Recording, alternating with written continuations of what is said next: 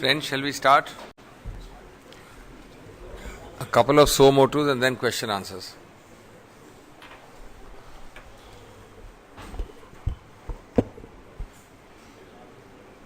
Friends,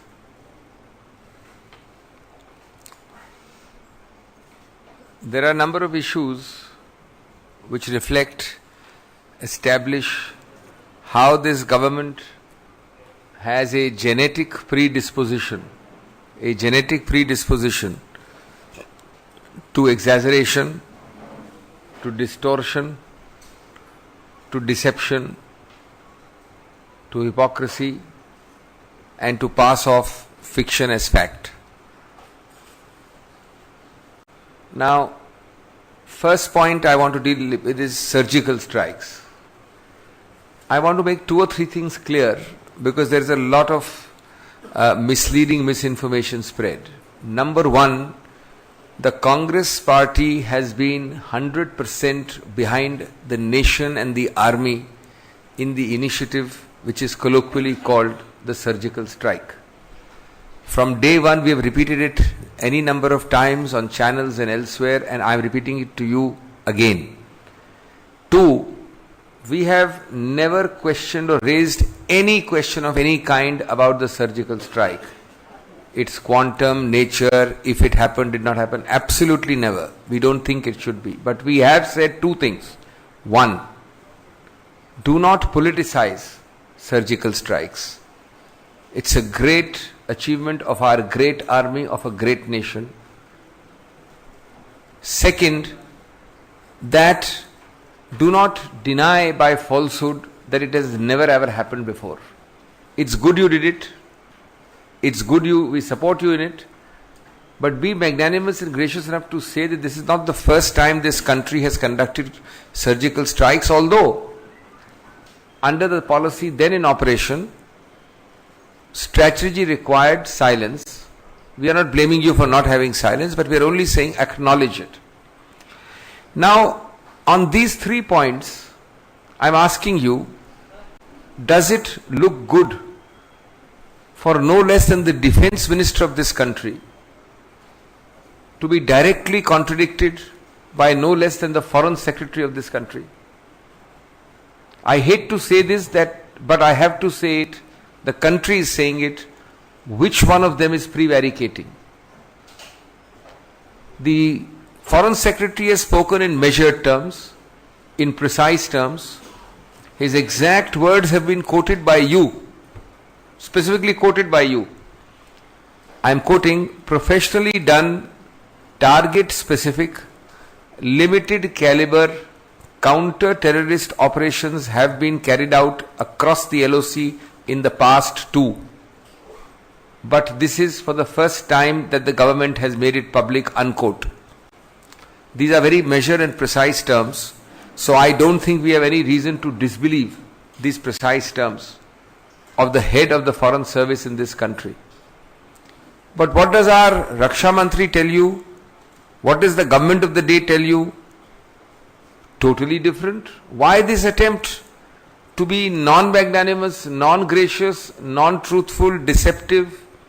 Someday you attribute it to the RSS, someday you attribute it to the fact that this is the first time this government has done it. Now whether I do a cross-border strike and attack your place or his place or the 4th row of this room or the 3rd row of this room, that is not relevant. What is relevant is that we have done a cross-border strike now, for which we are very proud, and we have done it earlier, for which we are equally proud. Maybe the policy then required restraint and silence. But this is very serious for the nation, because this kind of prevarication, mainly and only to score brownie points, is unfortunate because it paints the nation in a bad light, which neither the defense minister appears to appreciate, nor the Prime Minister of this country has stepped in to simply make a 4-word statement that we are happy that the nation is supporting us and we are acknowledging that this has been done earlier also. Of course, it's a different matter that when we said these 2 caveats, don't politicize it, let it be known that others have done it. The Prime Minister joins us in saying don't politicize it, but every day under his nose it is being politicized. He himself talks of Israel, he himself links the Shera, he himself goes to Lucknow and links the issue and does not ever say directly or indirectly with his eloquent silence to deal with the posters dotting the countryside in Uttar Pradesh. Posters which directly politicize it, directly contrary to what he has said. But therefore, friends, ये अत्यंत गंभीर मुद्दा है जो इतने गौरवशाली गणतंत्र को थोड़ा धूमिल करता है सिर्फ इस सरकार की संकीर्णता के कारण, इस सरकार के एक ऐसे रुख द्वारा जिसमें वो सत्य बोलने से हिचकिचाते हैं, अतिशयोक्ति में माहिर हैं, एक आंतरिक उनके हृदय में और उनके बदन में ये लिख दिया गया है डीएनए में कि अतिशयोक्ति करनी है, विकृत करनी है कुछ चीजें, झूठ को सच बताना है और आडंबर की और बरगलाने की राजनीति करनी है। इसका एक प्रमुख उदाहरण आपने देखा, कांग्रेस के 3 पक्ष हैं जो मैंने पहले भी कहे हैं, मैं आपके सामने समक्ष बड़ा स्पष्ट करना चाहता हूं। पूरा देश, पूरे देश के साथ हम खड़े हैं, सरकार के साथ हम खड़े हैं और सबसे विशेष हमारी गौरवशाली सेना के साथ और सेना के तीनों अंगों के साथ हम खड़े हैं। इस स्ट्राइक के विषय में हमने कभी इस पे कोई प्रश्न चिन्ह लगाने का सवाल ही नहीं उठता हमारी तरफ से। हमने सिर्फ 2 चीजें कही हैं जिसको मैं दोहरा रहा हूं और हमेशा से कहा है हमने, सही कहा है। एक, कि इसका राजनीतिकरण नहीं करिए। हम गौरवशाली गणतंत्र हैं, हमारी सेना सबसे गौरवशाली है, प्रभावशाली है, इसको राजनीति में नहीं घसीटिए। दूसरा, ये बहुत अच्छी बात है आपने किया, आज की आपकी नीति ये कहती है कि इसको आप प्रकाशित कर दें, कोई बात नहीं, अच्छा किया। साथ साथ ये भी कहिए कि ये पहले भी हुआ है। उस वक्त की नीति शायद ये कहती थी कि इसको गुप्त रखें, गुप्त रहा, लेकिन हुआ पहले भी था। अब आज हमारे पे बड़ा स्पष्ट वक्तव्य आया है माननीय विदेश सचिव का, कोट हुआ है आप द्वारा, मैं नहीं कह रहा हूं, और उस कोटेशन में बड़ा स्पष्ट लिखा है कि ये काम, मैं कोट कर रहा हूं, अंग्रेजी में है लेकिन हिंदी में मैं उसका अनुवाद करते हुए बोल रहा हूं, ये प्रोफेशनली हुआ था, ये बिंदु के ऊपर निशाना लगाने की नीति से हुआ था, ये सीमित था आतंकवाद विरोधी नीति के आधार पे, और यही नीति आतंकवाद विरोधी स्ट्राइक्स हमारी सीमा के परे जाकर पहले भी हुई थी। फर्क इतना था कि आज की नीति के अंतर्गत उसका खुलासा किया गया था। ये कोट अनकोट माननीय विदेश सचिव का बड़ा स्पष्ट, बड़ा एक संतुलित और बड़ा गंभीर सा वक्तव्य है। मैं नहीं समझता कि इस देश के सामने कोई भी इस पे दो राय हो सकती है कि इसको संदिग्ध करें या इस पे प्रश्न चिन्ह लगाएं। अगर इसको संदिग्ध नहीं करते हैं तो मुझे बड़े दुख और खेद के साथ ये पूछना पड़ता है आपके जरिए देश से कि क्या माननीय रक्षा मंत्री सच नहीं बोल रहे थे, इस देश से सच नहीं कह रहे थे? बार बार जब कहा गया तो माननीय प्रधानमंत्री चुप क्यों रहे? 4 शब्द चाहिए थे बोलने को कि हमें गर्व है और हम बहुत संतुष्ट हैं कि देश हमारा समर्थन कर रहा है, कांग्रेस हमारी समर्थन कर रही है। साथ साथ हम ये कह दें कि पहले कांग्रेस काल में और कालों में भी हुआ है ये, लेकिन उस वक्त की नीति के अंतर्गत इसका खुलासा नहीं हुआ है। इतना ही कहने की आवश्यकता थी। कभी माननीय रक्षा मंत्री बात करते हैं आरएसएस की, कभी छप्पे से छाती की, कभी झुटलाते हैं, नकारते हैं, स्पष्ट कहते हैं कि इस प्रकार की स्ट्राइक पहले नहीं हुई, जो सीधा 180 डिग्री विपरीत है आपके विदेश सचिव के। अब हम जानते हैं कि कल परसों इसके और स्पष्टीकरण आएंगे। जब कोई असत्य प्रकाशित होता है तो उसको स्पष्टीकरण द्वारा एक हार्मनी लाई जाती है उस वक्तव्यों में, लेकिन उससे क्या आप इस देश की गौरवशाली इमेज को धूमिल नहीं कर रहे हैं एक ऐसे मुद्दे में जिसमें हमने आपको इतना समर्थन दिया है? यह है पहला मुद्दा। दूसरा मित्रों, मैं और भी ज्यादा खेद के साथ ये कहना पड़ेगा हमें कि व्यापम में आपने देखा कि कितनी बार, कितने समय बाद, कितने विलंब के बाद, रोते घसीटते पीटते उच्चतम न्यायालय में आकर कहा गया कि सीबीआई की इंक्वायरी करो, कई वर्षों बाद। और लाखों करोड़ों, लाखों तो उसमें एंट्रेंस एग्जाम की पुस्तिकाएं थी और हजारों करोड़ों रुपयों का इन्वॉल्वमेंट था। विभिन्न अलग अलग प्रदेशों में मृत्यु हुई। आज कोई उससे खास कम छोटा एक नया स्कैम सामने नहीं आया है सरदार सरोवर के विषय में। मध्य प्रदेश से है वापस, उस प्रदेश को बहुत चमकने वाली प्रतिष्ठा देने के लिए इस प्रकार का एक स्कैम एक और आया है व्यापम के बाद। और वो बड़ा सरल ये है कि 8 वर्ष पहले एक जस्टिस शाह कमीशन बनाया गया। उस justice Shah commission, justice Jha commission, SS Jha, वो नियुक्त हुआ तो उस पर कोई विरोध नहीं था। जब उसकी रिपोर्ट आई तो प्रदेश सरकार ने भरसक प्रयत्न किया कि वो प्रकाशित न हो। याचिका लेके गए उच्च न्यायालय में कि प्रकाशन रोका जाए। अंततोगत्वा उच्चतम न्यायालय ने उसका प्रकाशित करने का आदेश दिया और अब वो विधायिका में प्रकाशित हो चुकी है। उसमें क्या लिखा है, मैं सिर्फ एक संक्षेप में बोल रहा हूं, हम एक विस्तृत आपको स्टेटमेंट लिखित मेरी तरफ से दे रहे हैं। उसमें लिखा गया है बड़े दैनिक और खेदपूर्ण और दुखद प्रसंग में कि 8 वर्ष में कई वर्ष निकाले गए, सेक्रेटेरिएट नहीं दिया गया, समर्थन नहीं दिया गया SS झा कमीशन को। फिर लिखा है कि उसमें जो विशेष चार्ज है जो बन जाता है कि उसमें फॉर्जरी द्वारा, और बहुत व्यापक रूप से फॉर्जरी द्वारा, लाखों करोड़ों रुपए जो RNR कहते हैं, नर्मदा के विषय में रिहैबिलिटेशन RNR के लिए खर्च हुए, वो फर्जी दस्तावेजों पे वितरण हुआ उनका। और कम से कम 40-45 हजार परिवारों में सैंपल चेक किया इस आयोग ने और पाया कि कई हजार ऐसे परिवार हैं जो एग्जिस्ट ही नहीं करते हैं।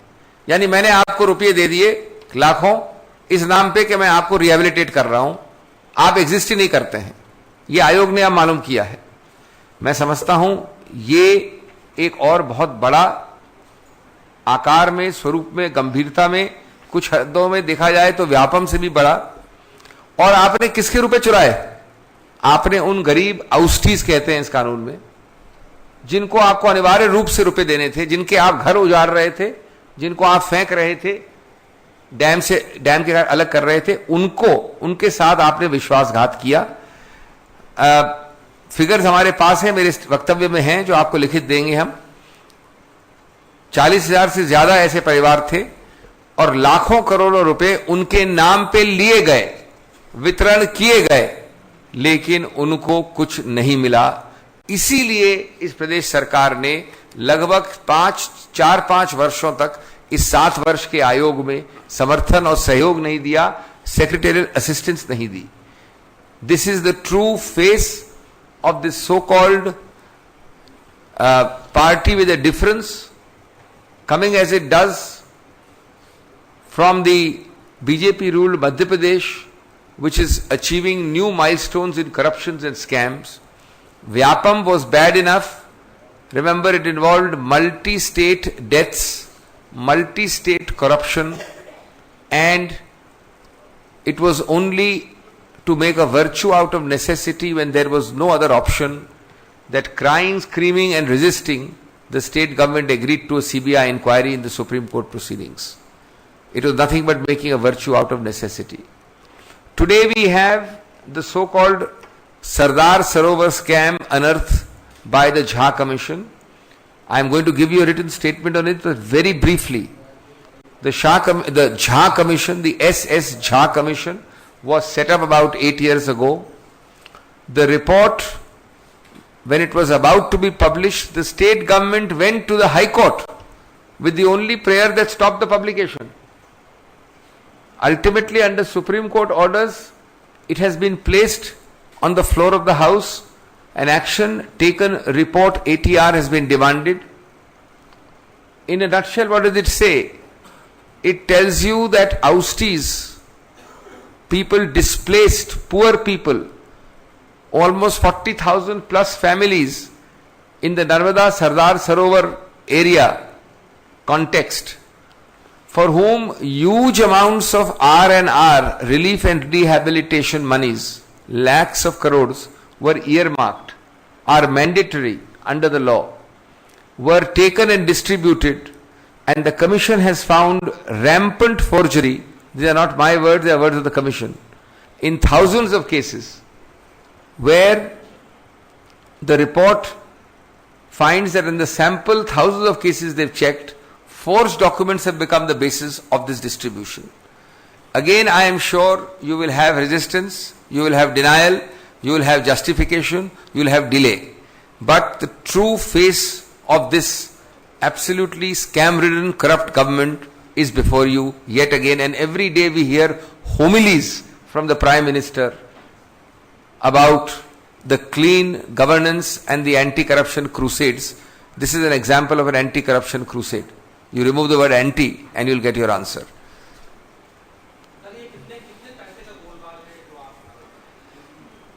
They have done a sample check. They have found a few thousand families. They are still to calculate the exact amount of money, but you can multiply it. This is a sample. You can rest assured that the amount will be much larger. And corruption, whether it is of 10,000 crores or 20,000 crores, hardly makes a difference. It is a question of the tip of the iceberg what has been found. Well, it seems today that if 40,000 families are involved, it may well be in terms of money of the same scale or slightly more than Vyapam. And remember, the government opposed the release of the report. It's a different matter that the court ordered the release. Obviously, they have something to hide. Sorry.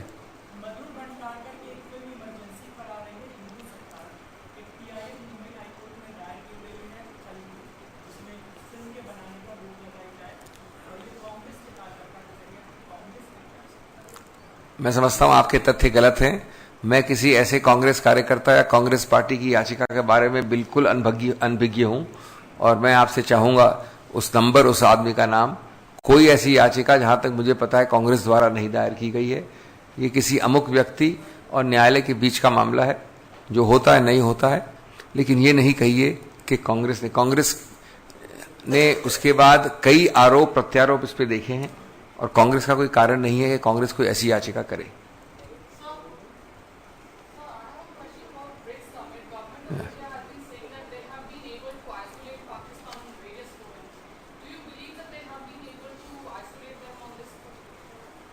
Well, I think it's important.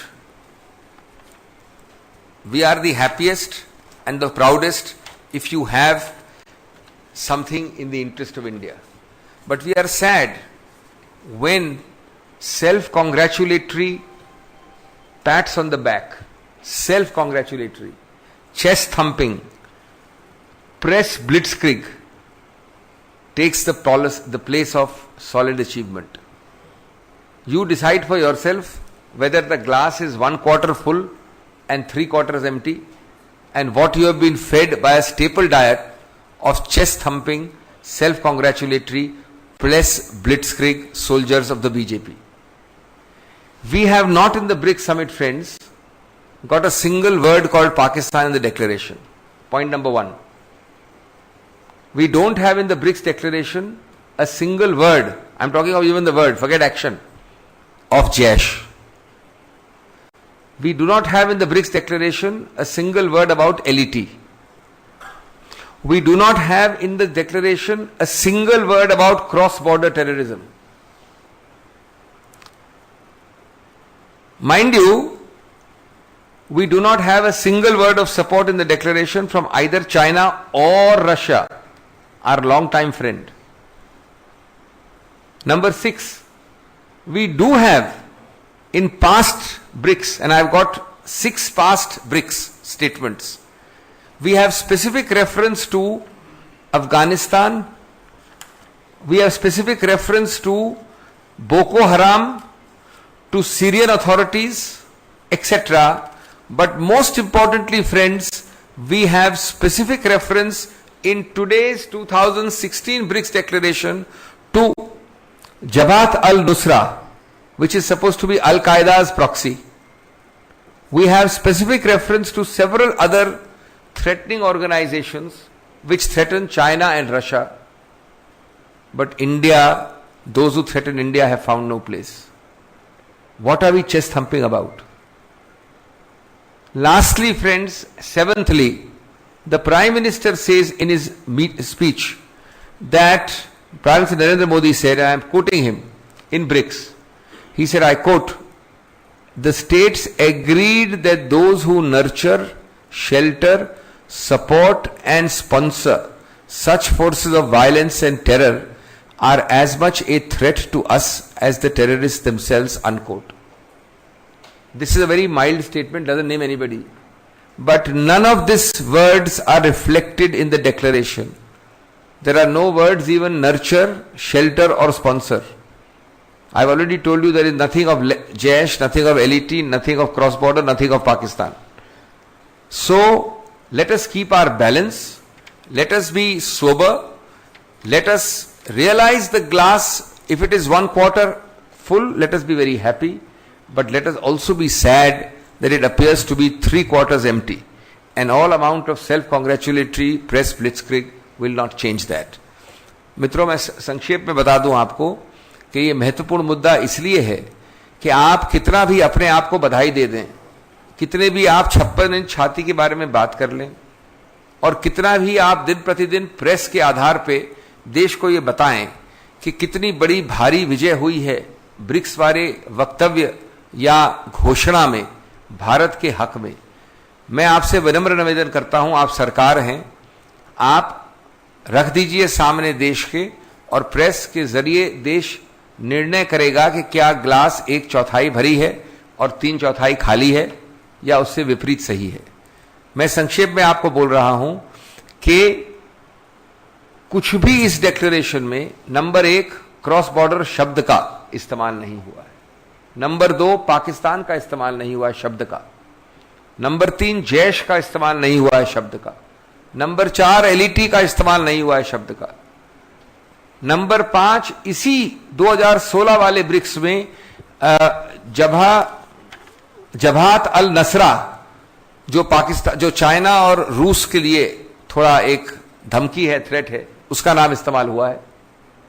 पुराने BRICS के मेरे पास सब वक्तव्य में लेके आया हूं, किसी में अफगानिस्तान का जिक्र हुआ है, किसी में बोको हराम का हुआ है, 2014 में ब्राजील में जो हुई थी ब्रिक्स उसमें बोको हराम का हुआ है। सीरियन सरकार के समर्थन में रूस ने अपना पैराग्राफ लगाया था 2014 में, अफगानिस्तान का जिक्र 2013-14 दोनों में विस्तार से हुआ है। तो भारत ने क्या इसमें ऐसा बड़ा डिलीवरेबल मिला जिसके लिए माननीय प्रधानमंत्री आपको बार बार ये बता रहे हैं। मैं समझता हूं कि, और जैसा मैंने कहा आपको, ये जो शब्द है कि जो लोग नर्चर, शेल्टर, सपोर्ट और स्पॉन्सर करते हैं, ये माननीय प्रधानमंत्री ने कहा हमें वक्तव्य में, लेकिन अगर आप जाके देखें ब्रिक्स वाले वक्तव्य को तो ये शब्द नर्चर, शेल्टर और स्पॉन्सर कहीं नहीं है। तो हमें संदर्भ और संतुलन रखना आवश्यक है, नहीं तो हम देश को नहीं बरगला सकते। I am I think first and foremost it is the display of characteristics with which I started today's briefing. The inbuilt, embedded into the DNA of the NDA are qualities or vices of exaggeration, distortion, deception, hypocrisy and passing of fiction as fact. Secondly, I think that we have not been able to leverage both China and Russia, answering your question directly, even remotely, if these 7 things are missing. I have itemized 7 things for you. Thirdly, I don't call it a failure of foreign policy. I call it that you should state the facts before the nation. You cannot achieve X and project to the nation every day that you achieved 5 into X. That's the objection I am making. because that diminishes the nation. आ रहा हूं.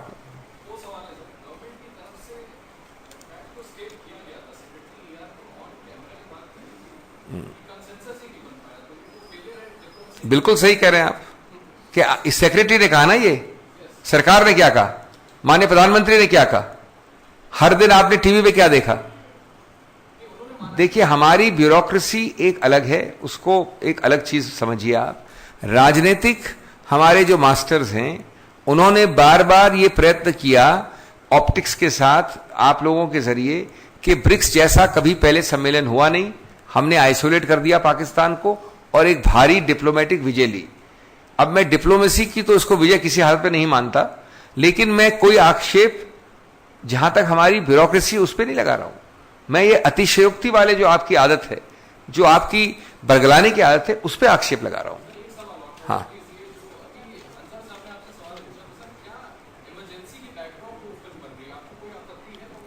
देखिए, मैंने एक तथ्यों का आधार पे answer दिया है. आज एक याचिका का नाम ले रहे हैं, हमने कोई ऐसी याचिका की नहीं है. याचिका क्या है, किसने की है, क्या होता है, जब बाद में मालूम पड़ेगा तो आपको बताएंगे. हाँ हाँ, तो क्या, हमको क्या पता क्या है, आने दीजिए, देखते हैं क्या है. अगर आपत्तिजनक होगा आज के निर्धारित कानून के अंतर्गत तो हम सबका हक है. अगर वो हमारे स्वतंत्र विचार के विरुद्ध है लेकिन फिर भी कानून के चार दायरे के अंदर है, तो हम कांग्रेस ने कम से कम उसमें कभी आपत्ति नहीं की है. हम आपसे असहमत हो सकते हैं लेकिन कानून के दायरे में है कि नहीं, ये देखना है. एक मिनट. हाँ.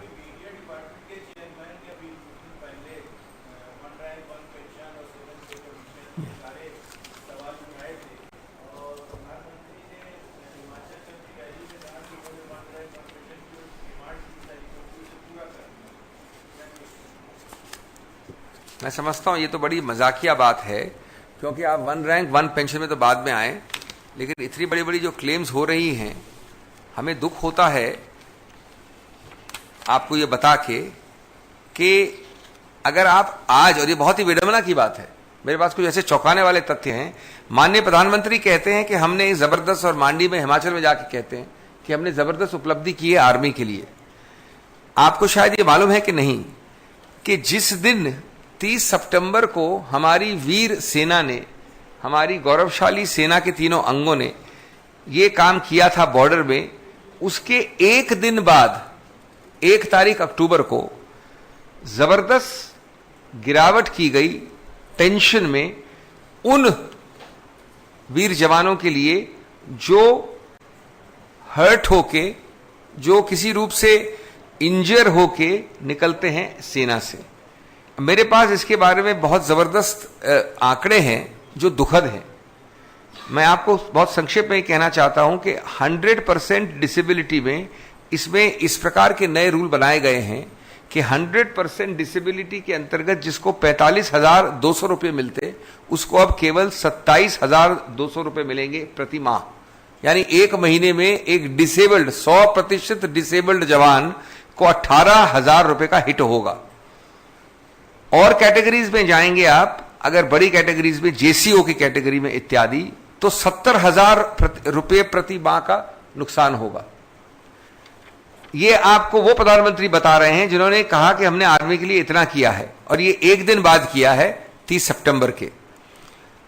इन्होंने किया क्या है कि एक स्लैब सिस्टम डाल दिया है, और उस स्लैब सिस्टम के कारण जो पहले परसेंटेज सिस्टम में मिलता था उसके आधार से बहुत कम हो गया. यानी परसेंटेज के तुलनात्मक रूप से स्लैब सिस्टम में बहुत कम हो गया है. 27,000 ऑफिसर्स के लिए, 17,000 जेसीओस के लिए और 12,000 और रैंक्स के लिए. और ये है उन कैटेगरीज के लिए जो 100% डिसेबिलिटी पेंशन है. मैं समझता हूं प्रधानमंत्री को इससे पहले कि वो इतने बड़े भाषण दें, इतने बड़े वायदे करें और क्लेम्स करें उपलब्धियों का, इसका जवाब देश मांगती है. आपके जरिए मैं मांग रहा हूं कि क्या यह सही है, और आपने किस औचित्य से कितने रुपए बचाने के लिए हमारे जवानों को, और वो भी जवान जिनको पेंशन की बात, ये पे की बात नहीं हो रही है, ये उनकी हो रही है जो 100% डिसेबल हो गए हैं और निकल आए हैं. जहां तक और ओआरओपी का सवाल है, मैं समझता हूं ये बड़ी विचित्र बात है. मांडी में माननीय प्रधानमंत्री ये बोलते हैं भूलते हुए कि पूरी नीति ओआरओपी की हमने घोषित की, पूरा उसको कार्यान्वित करने की शुरुआत हमने की। तब तक सरकार बदल गई। सरकार बदलने के बाद लगभग 1.5 साल का विलंब किया, और जब धरने हुए, स्ट्राइक्स हुई, तब कार्यान्वित किया गया। और जो कार्यान्वित किया ओआरओपी, वो आंशिक रूप से कार्यान्वित किया। आप जानते हैं कि कई चीजें उसमें नहीं दी गई। तो मैं नहीं समझता कि ये अगर अतिशयोक्ति और झुटलाने की प्रक्रिया नहीं तो क्या है। आई विल वेरी ब्रीफली से in English, I know it's been long but just a minute. Before I answer your question on OROP, I must tell you something which is most ironical and saddens the country. One day after 30th September, when our brave Jawans crossed the border, the government has quietly announced a policy whereby the pension for 100% disability soldiers has been drastically reduced under the new policy by introducing a slab system in place of the earlier so-called percentage system. And to give you an example, on an average, 27,000 rupees per month will be reduction for officers. 17,000 rupees per month will be the reduction. I'm not talking of the actual pension, the reduction alone for JCOs, and 12,000 rupees per month for all other ranks. This has been done surreptitiously, quietly, while within a few days, 10 days, the Prime Minister makes tall claims in Mandi, Himachal.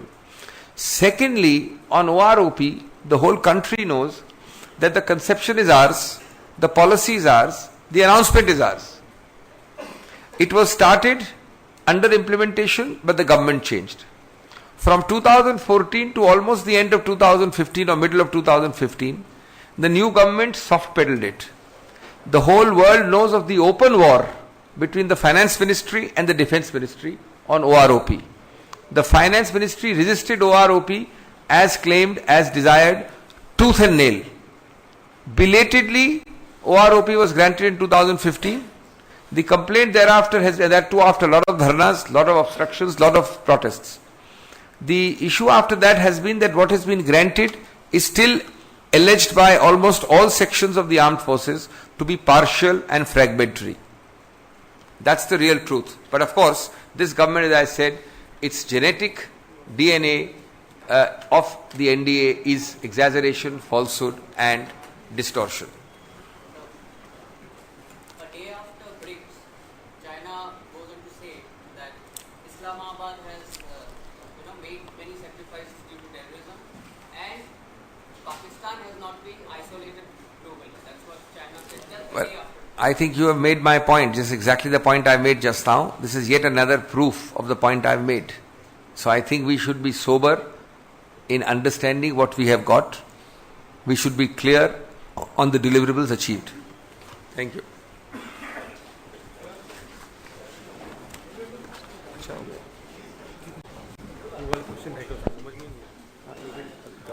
Coverage कैसे होगा वो है, बाकी तो वो तो अच्छे से किया तो जल्दी निकाल दिया, अच्छा बहुत हो गया, लेकिन वो कवरेज की बात है, कवरेज तो